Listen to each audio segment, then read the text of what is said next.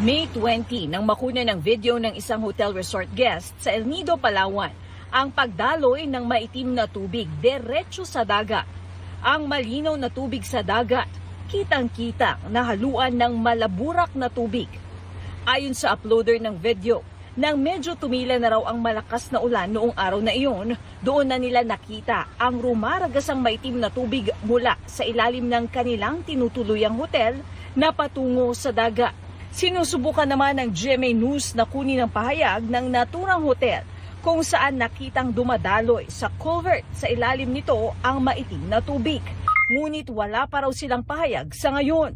Hihintayin daw muna nilang makabalik mula sa ibang bansa ang kanilang general manager.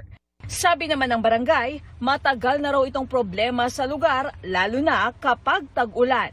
Hindi raw galing sa hotel ang tubig. Yan po ay isang nagaling po dito sa taas, sa bundok. Lumalabas lang po yan, siyempre pag ulan, kaya yung naipon na dumi, lumalabas po papuntang dagat.